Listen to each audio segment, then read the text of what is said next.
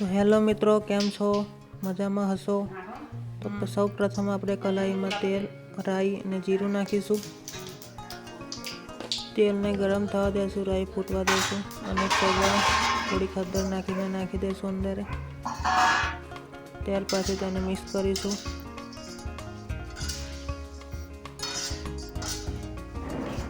મિત્રો, હું આ વિડીયોમાં વધારે નહીં બોલી શકું કેમ કે મારી પાસે માઇક નથી, એટલે હું જે ઇન્ગ્રીડિયન્ટ નાખવાનું હશે ત્યારે બોલીશ. તો વિડીયોને છેલ્લે સુધી જોજો અને તમે પણ ટ્રાય કરી જોજો. આવા પૌવા કેમના બને છે.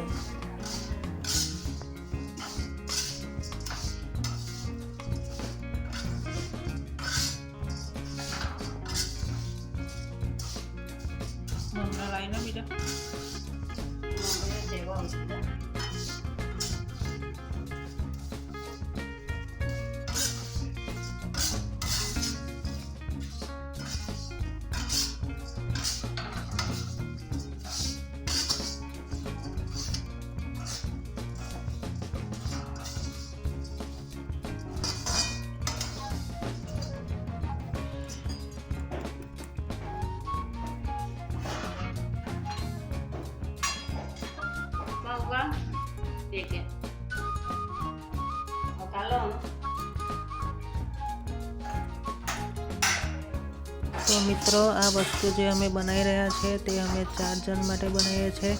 હું, મારો ભાઈ, મારી મમ્મી અને બા માટે. તો તમારે બનાવવું હોય તો તમારા ફેમિલી મેમ્બર પ્રમાણે બનાવી શકો છો.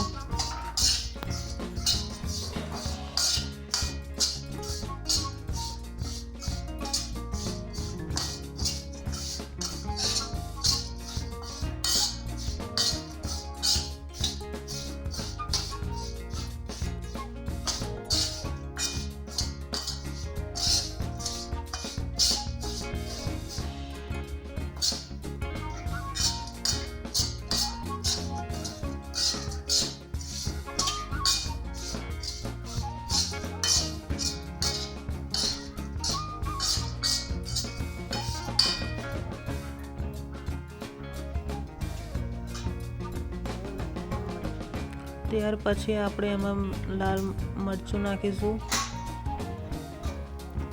પછી નાખીશું થોડોક મસાલો, ગરમ મસાલો, અને પછી થોડીક હળદર, અને તેને મિક્સ કરી લઈશું. આપણે થોડું મીઠું પણ નાખીશું સ્વાદ અનુસાર. ત્યાર પછી તેને મિક્સ કરી લેવું.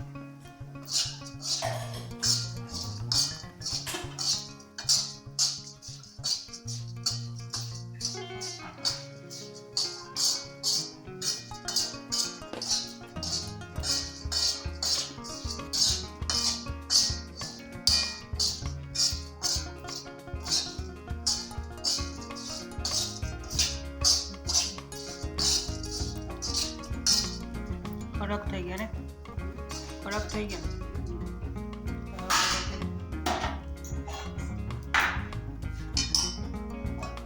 તો મિત્રો, મને કોમેન્ટમાં જરૂર કહેજો કે તમારા ઘેર બનાવે છે ત્યાં કઈ વસ્તુ નથી નાખતા. કોમેન્ટમાં લખજો. પૌવાને ખારી વાસણમાં કાઢી લઈશું આપણે. પછી કઢાઈ પાછું ગેસ પર મૂકી દઈશું અને તેમાં તેલ નાખીશું થોડું, કે એમાં પેલું સિંગદાણા પણ તળવાના છે, શેકવાના છે. એમાં પછી સિંગદાણા નાખીશું આપણે.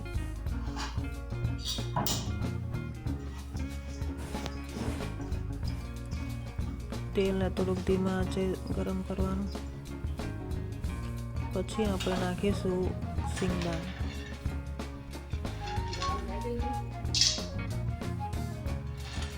સિંગદાણા હજુ તેલ ગરમ થયું નથી.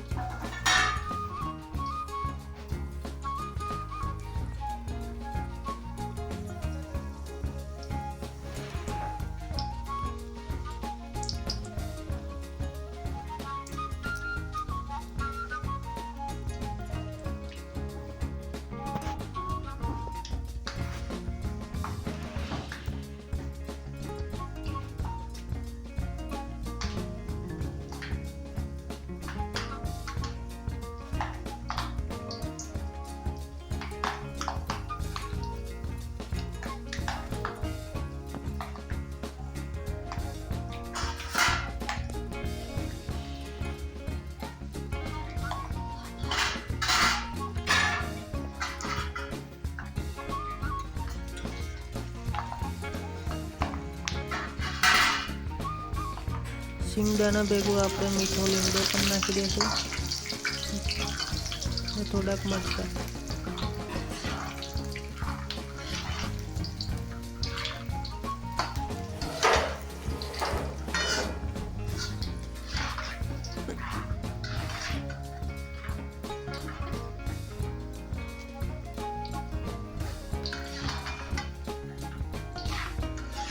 તો મિત્રો સિંગદાણા એકદમ સરસ રીતે શેકાઈ ગયા છે. તેને આપણે નાખીશું પૌવાની મઈ. તેલ ઓછું આવે તે રીતે નિકાળી કાઢવા.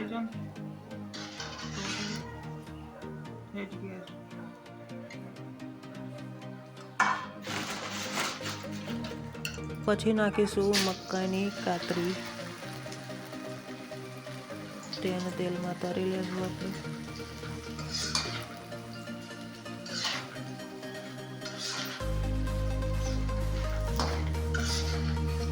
એટલે આપણા શેકેલા પૌવા છે એકદમ ક્રિસ્પી થઈ જશે. તેને પણ પૌવા ભેગું નાખી દેવું મકાઈની કાતરીને.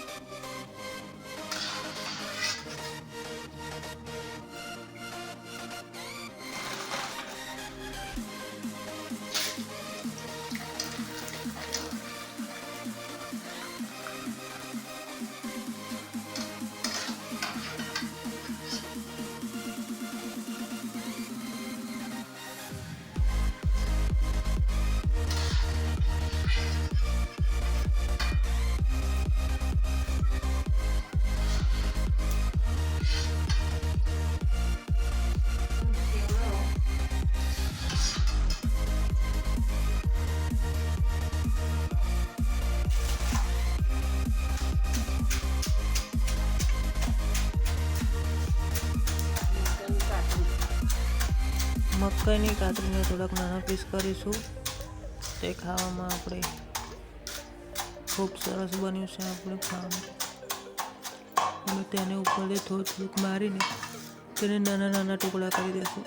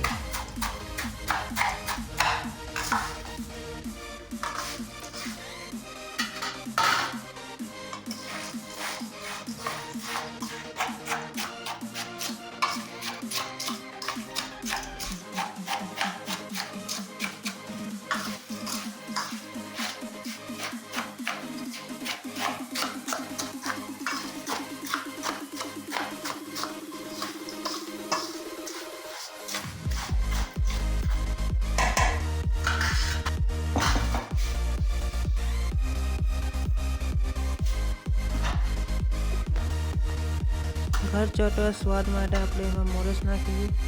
તે પણ ખાંડણીમાં આપણે તેને મેશ કરી દઈશું. બારીક ભૂક્કો કરી દઈશું તેને.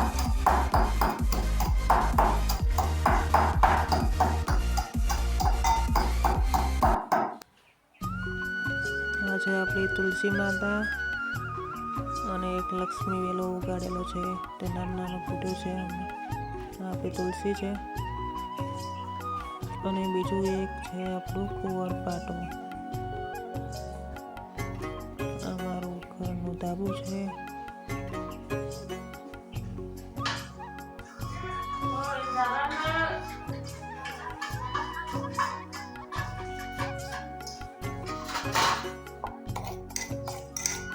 મોરસ આપણે બરાબર ટીચી લીધી છે. વાટી કાઢી છે, સોરી ટીચી લીધી. તેને મિક્સ કરી દઈશું આપણે.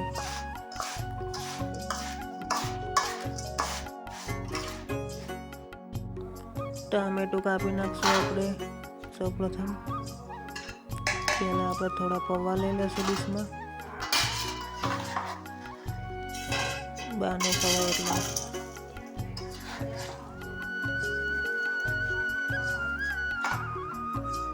તેમાં આપણે સૌપ્રથમ નાખીશું ડુંગળી નાની નાની. ડુંગળીને ચોપ રીતે કાપી નાખવી.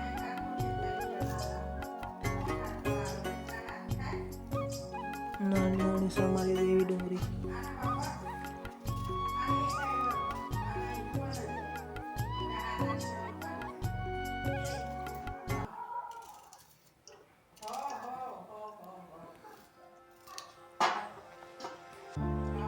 ડુંગળી સાથે ખાવાની ખૂબ જ મજા આવે છે મિત્રો.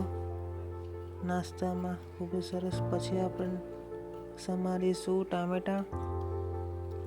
નાના નાના ટામેટા પણ સમારીશું. ટામેટા સાથે પૌવાનો સ્વાદ એકદમ ખટ્ટો મીઠો થઈ જાય છે.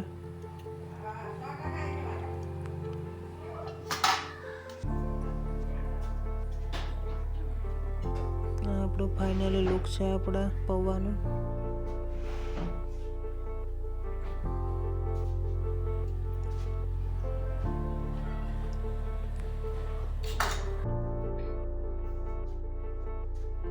પછી લીંબુ નીતળીશું એમાં.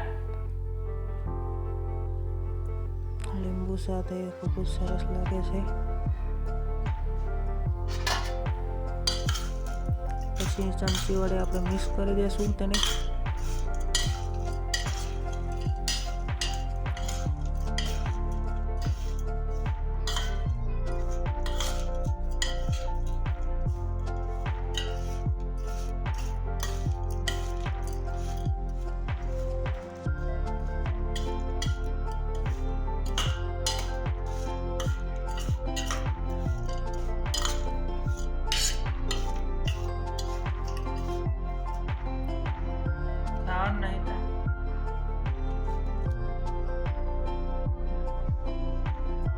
ત્યાર પછી આપણે ઘરના વડીલને સૌપ્રથમ આપીશું.